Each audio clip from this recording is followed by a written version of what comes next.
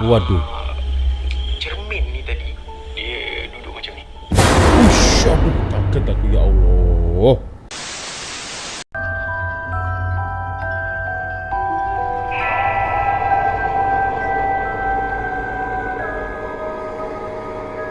Yore, assalamualaikum warahmatullahi wabarakatuh. Bertemu lagi ya, ada saya di sini Cak Lonjong. Salam lonjong. Iya. Apa kabar kawan-kawan? Semoga semua dalam kondisi yang sehat ya. Amin ya robbal alamin. So guys, langsung saja ya tanpa membuang masa. Jadi ada salah satu kawan kita. Nah ini dia ya, yang bernama Putri Eilia Burhanuddin ya. Dia mengirimkan satu link nih ya, 5 tempat paling seram di Putrajaya yang ramai tidak sangka. Wow. Oke, ini dia videonya dari top 5 Malaysia ya. Aku baru tahu ini, ternyata di Putrajaya itu ada juga tempat yang seram Rek ya. Karena setahu aku Putrajaya itu adalah pusat pemerintahan yang ada di Malaysia. Oke, sepertinya cukup menarik ya. Aku juga belum tahu tempatnya di mana saja yang ada di Putrajaya. Oke, langsung saja kita mulai videonya seperti apa guys ya. Tetapi sebelum itu hanya sekedar mengingatkan untuk kawan-kawan yang beragama Islam, jangan lupa sholat dulu ya. Langsung saja kita mulai videonya seperti apa. Putrajaya loh ini ya. Oke.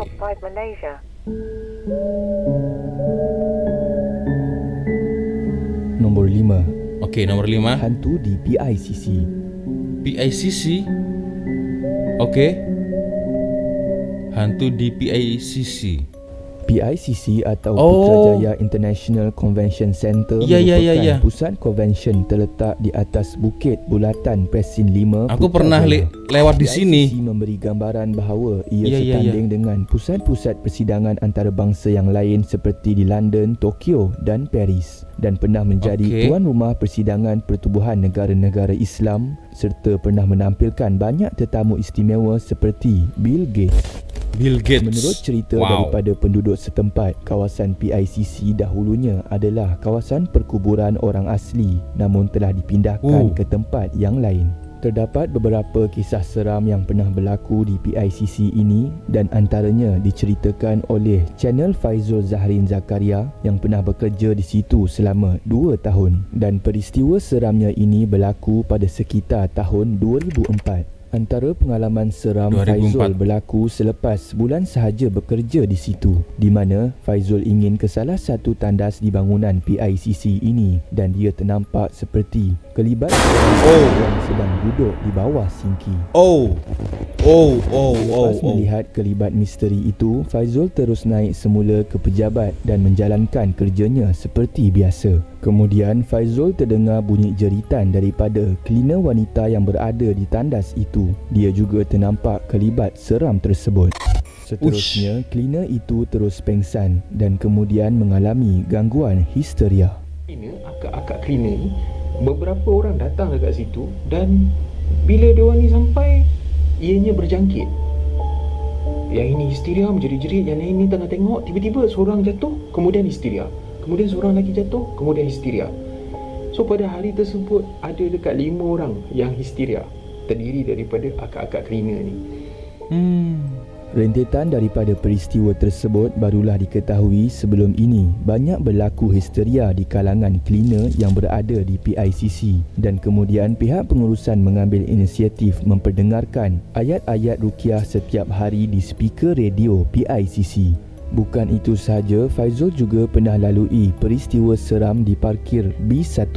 Ketika itu, Faizul dalam perjalanan keluar dari PICC untuk balik ketika hampir waktu maghrib, dan dia terlihat seorang pak guard yang kelihatan resah di dalam bilik pengawal, lalu ditegur bahawa dia mengatakan terdengar suara kanak-kanak berkejaran di kawasan tersebut. Kaget aku.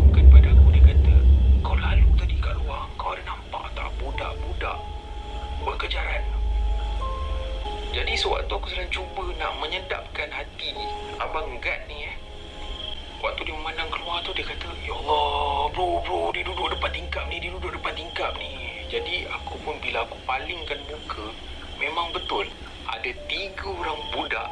Tapi rupa dia ni bukan macam rupa budak-budak macam anak-anak yang kita tengok, anak-anak manusia ni. Bukan, kepalanya besar tau. Dan dia orang duduk dekat Kepalanya besar. Waduh. cermin ni tadi. Dia duduk macam ni. Ush, aduh, kaget aku ya Allah. Selepas Faizul dan Pak Gad melihat makhluk itu, kemudian mereka terus berlari ke kenderaannya dan keluar dari basement tersebut. Itulah antara kisah seram di PICC. Selain itu, terdapat banyak lagi gangguan yang berlaku oleh Faizul seperti kerusi ditolak dan ditarik dengan sendirinya sewaktu melakukan kerja, kelibat wanita di parking basement dan wanita memegang tangan seorang budak di plenary hall PICC. Ingin tahu PICC. lebih lanjut kisah seram PICC, boleh ke channelnya dengan tekan link di bawah. Aku nggak nyangka loh ya, ternyata PICC itu tempatnya seram dan keras juga Rek, ya. Waduh, padahal ini kan perkantoran ya, yang sekiranya ini terlihat modern lah ya, tapi nggak nyangka juga ternyata mempunyai sisi horor atau sisi menyeramkan seperti itu. Waduh, oke, next. Nombor 4, 4. Terowong Presin 11. Terowong Presin 11. Apa ini? Terowongan. Terdapat terowong yang menghubungkan Jalan Presin 11 ke Jalan Presin 9 di Putrajaya. Dan menurut penduduk di kawasan ini, banyak gangguan yang berlaku pada lewat malam seperti gangguan hantu berambut panjang dan berpakaian putih yang dikenali sebagai Lang Sue. Langsung. Terdapat YouTuber RSTV Channel pernah mengulas tentang kisah seram yang sering berlaku di terowong ini. Antaranya, mereka yang melalui terowong ini sekitar 12 hingga 1 pagi pernah ternampak makhluk seperti manusia tanpa wajah duduk di perhentian bas berhampiran. Waduh. Di sini di Presin 11 Putrajaya terdapat sebuah stesen bas ataupun bus stop di sini. Pernah berlakunya kejadian yang sangat misteri. Beberapa penduduk di Presin 11 pernah ternampak makhluk duduk di sini. Bila ia memalingkan wajahnya, ia hanya nampak sekujur tubuh tanpa wajah. Selain itu, admin juga Tanpa telah wajah. menemu ramah salah seorang penduduk di Presin 11 iaitu Cik Mansi, di mana dia pernah menjadi mangsa beberapa gangguan langsui di terowong ini pada tahun 2018. Okey, pada suatu ketika dulu saya pergi kerja di JPM. Tapi tak ingatlah berapa bulan hari apa.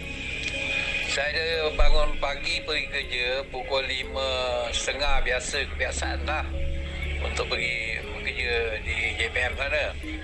Saya melalui terowong Presin 11. Saya nampak atas pokok boga yang besar tu, pokok boga yang tengah tepi jalan yang macam Iya. tinggi tu. Di atas Ada pokok.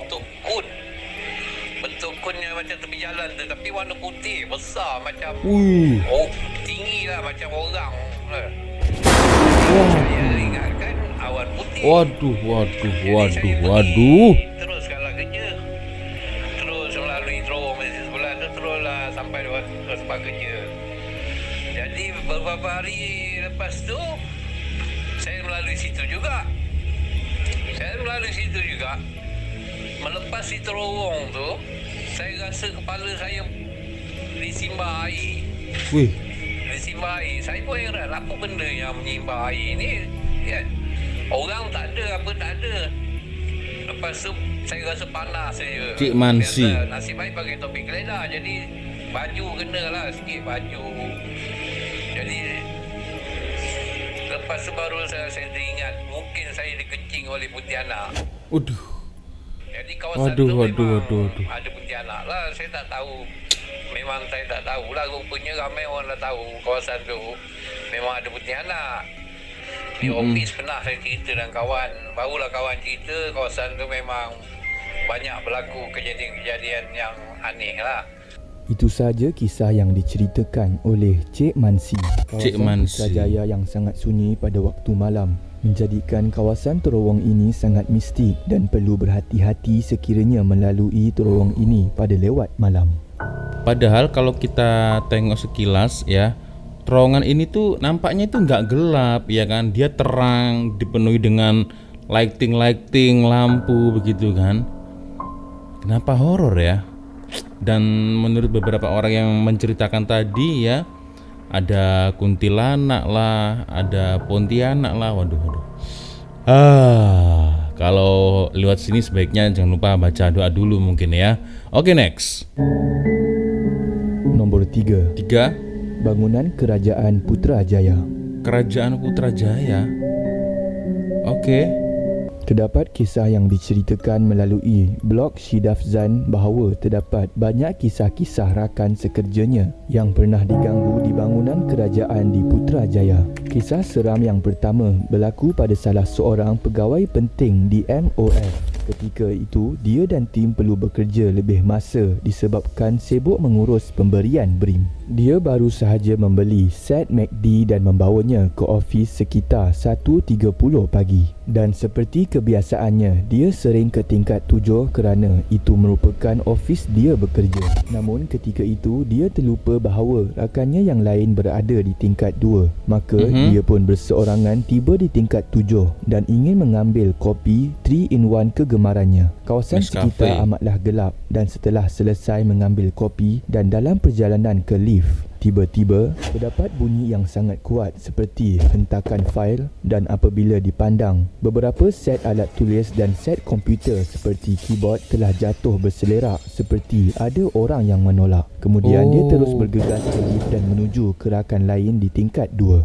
Keesokannya, dia datang pada awal pagi dan melihat memang betul kawasan semalam sangatlah berselerak. Kemudian pegawai maintenance melihat semula rakaman CCTV. Tetapi mereka tidak nampak apa-apa dan kelibat dia semalam masuk untuk mengambil kopi juga tiada. Selain itu, terdapat cerita bahawa ada sebuah bangunan di Putrajaya berlaku kejadian. Seorang perempuan mati di dalam lift. Punca kematian adalah akibat terjatuh dilanggar motor. Namun dia mungkin beranggapan bahawa kemalangan itu tidak serius dan teruskan kehidupan seperti biasa.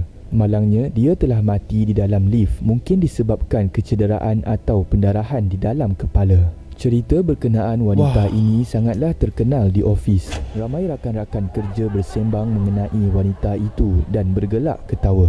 Kemudian pada hari yang sama, pekerja ini menerima panggilan telefon ofis. Dan alangkah terkejutnya dia bahawa terdapat suara seram tergetah-getah bercakap, "Jangan ketahukan aku." Dalam nada yang sangat marah. Kemudian dia meletakkan telefon itu. Aku. Serem juga yang itu. Nombor 2. 2. Tasik Resin 18. Tasik Resin 18. Oke.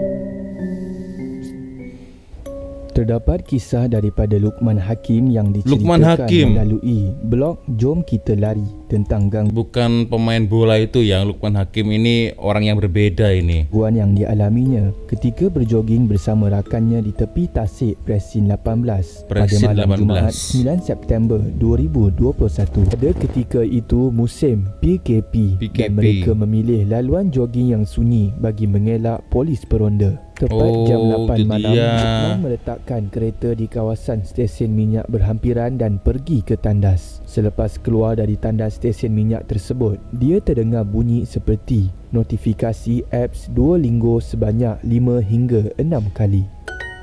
Okey. Duolingo. Dia mengenal pasti bunyi ini kerana rakannya memang kerap menggunakan aplikasi Duolingo untuk belajar bahasa Jerman. Apabila rakannya baru sahaja keluar dari tandas, Luqman pun bertanya, "Main Duolingo ke tadi?" Kawannya pun menjawab, Mana ada, bateri pun dah habis." Waduh, siapa?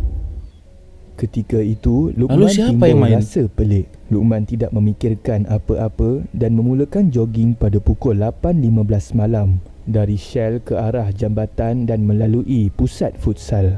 Kawasan tersebut amatlah sunyi dan ditambah lagi beberapa kawasan yang tidak berlampu. Waduh, ketika mereka melalui laluan sunyi bersebelahan tasik dengan pokok-pokok besar dan daun-daun yang berjurai sampai ke tanah, Luqman mulai rasa meremang dan keadaan sekitar bertukar menjadi seram sejuk. Tiba-tiba sekali lagi Luqman terdengar bunyi apps Duolingo yang datang betul-betul dari arah hutan. Dia menoleh pada rakannya namun tidak menunjukkan apa-apa reaksi. Ini bermakna hanya Luqman sahaja yang mendengar bunyi tersebut. Degupan jantungnya semakin laju sambil mulutnya membaca ayat kursi. Dalam perjalanan balik, mereka melalui kawasan perumahan. Di situ terdapat sebuah rumah besar yang gelap dan tidak berpenghuni. Hanya tergantung banner pengiklanan berwarna kuning untuk disewa. Kawan Luqman yang berjoging di hadapannya tiba-tiba berhenti di rumah tersebut sambil merenung lama. Bila Luqman sampai di sebelahnya dan bertanya, "Kenapa?" Nampak tak? Wajahnya bertukar pucat lalu dia berkata, Jom cepat balik. Setibanya di kereta, barulah kawannya bercerita. Dia nampak ada nenek tua bongkok berdiri di tepi balkoni dan memandang tepat ke arahnya. Itulah secara ringkas kisah seram yang berlaku di sekitar laluan jogging Presin 18 di Putrajaya. Oke, jadi mungkin ya pesan yang bisa kita petik di sini, jangan jogging malam-malam guys ya. Takutnya nanti nampak sesuatu yang tidak kita inginkan. Waduh, bahaya juga ya. Apalagi kalau silap itu Luqman jogging ketika masa PKP ya. Ya, jadi agak nakal sedikit itu. Nggak boleh. Oke, next ya. Nombor 1. Misteri anak bukit di Presin 5. Wow. Oke. Terdapat kisah yang disampaikan oleh seorang YouTuber dan blogger iaitu Pahlawan Basikal bahawa ada daripada penduduk sekitar Putrajaya yang mengatakan beberapa bukit di Presin 4 dan Presin 5 mempunyai banyak kisah seram. Menurutnya, bukit-bukit itu tidak dapat dipecahkan bagi tujuan pembinaan bangunan dan menurut cerita, bukit di Presin 5 itu terdapat harimau jadian. Di sekeliling bukit tersebut terdapat kesan peninggalan kerja-kerja pemecahan bukit. Ia seperti hasil kerja separuh jalan dan ditinggalkan serta-merta. Terdapat juga artikel daripada Mawar Biru Blogspot mengatakan pernah terlihat ular besar melilit di puncak bukit itu. Wih, ular raksasa. Dan terdapat juga cerita bahawa sepatutnya 4 bangunan di sebelah Jabatan Peguam Negara dibina di sini. Dikatakan bukit ini juga cuba diletupkan tetapi tidak berjaya. Seterusnya, terdapat kisah yang diceritakan pada tahun 2012 di Facebook page Alam Misteri bahawa seorang pengawal keselamatan dikenali sebagai Bob yang bekerja di salah sebuah bangunan kerajaan di Putrajaya. Bob bekerja shift malam dan ketika dia menunggang motosikal untuk ke tempat kerja pada pukul 7 malam dan melalui satu kawasan digelar Bukit Tahan atau Bukit Presin 5 yang diceritakan tadi, dia ternampak 3 orang gadis sedang bermain di kaki bukit. Bob dalam keadaan berasa seram sejuk. Tiba-tiba, penyelia di tempat kerjanya datang menaiki kereta dan memberitahu kepadanya itu adalah dan pernah ditemui seorang wanita mati digilis lori tanah di kawasan bukit tersebut. Mayatnya terbiar hampir 12 jam kerana pihak polis tidak berjaya mengangkat mangsa kerana terlalu berat. Akhirnya, pihak polis memanggil seorang ustaz yang memberitahu bahawa ada sesuatu yang tidak mengizinkan kita mengangkat mangsa. Lantas, ustaz tersebut terus membacakan ayat Al-Quran. Selepas sahaja upacara itu, mayat terus menjadi ringan dan diuruskan hingga selesai. Aku gak nyangka guys ya, ternyata di Putrajaya itu ada juga beberapa spot tempat-tempat yang cukup dianggap menyeramkan guys ya. Padahal itu kan pusat pemerintahan yang ada di Malaysia ya. Tapi kalau berbicara tentang tempat sepi ya, aku rasa ada betulnya juga guys. Karena waktu itu pengalaman aku ketika selepas selesai sholat Jumat ya di Putrajaya, itu kan siang-siang ya, itu suasananya memang sudah terasa sepi itu ya. Ketika tidak ada orang bekerja di sana, itu rasa-rasanya sepi. Akhirnya aku berpikir, kalau malam apakah di sini nggak sepi ya? Tapi aku berusaha menepis pikiran tersebut karena kayaknya nggak mungkin deh ya kalau ada sesuatu yang menyeramkan, apalagi di Putrajaya. Ternyata ada rek ya. Waduh, ini oke juga nih, aku baru tahu ini. Oke, good job ya untuk top 5 Malaysia ya. Oke, Rek, sepertinya cukup sudah untuk video saya kali ini, dan aku minta maaf ya bila ada kesalahan kata-kata baik dari awal video sampai di akhir video. Dan seperti biasanya, jika ada video menarik yang mungkin boleh aku reaction di next video selanjutnya, orang boleh follow Instagram, TikTok ataupun Facebook saya ya. Dan akhirnya saya Cak Lonjong. Wassalamualaikum warahmatullahi wabarakatuh. I love you Malaysia, I love you Indonesia. Bye bye Rek.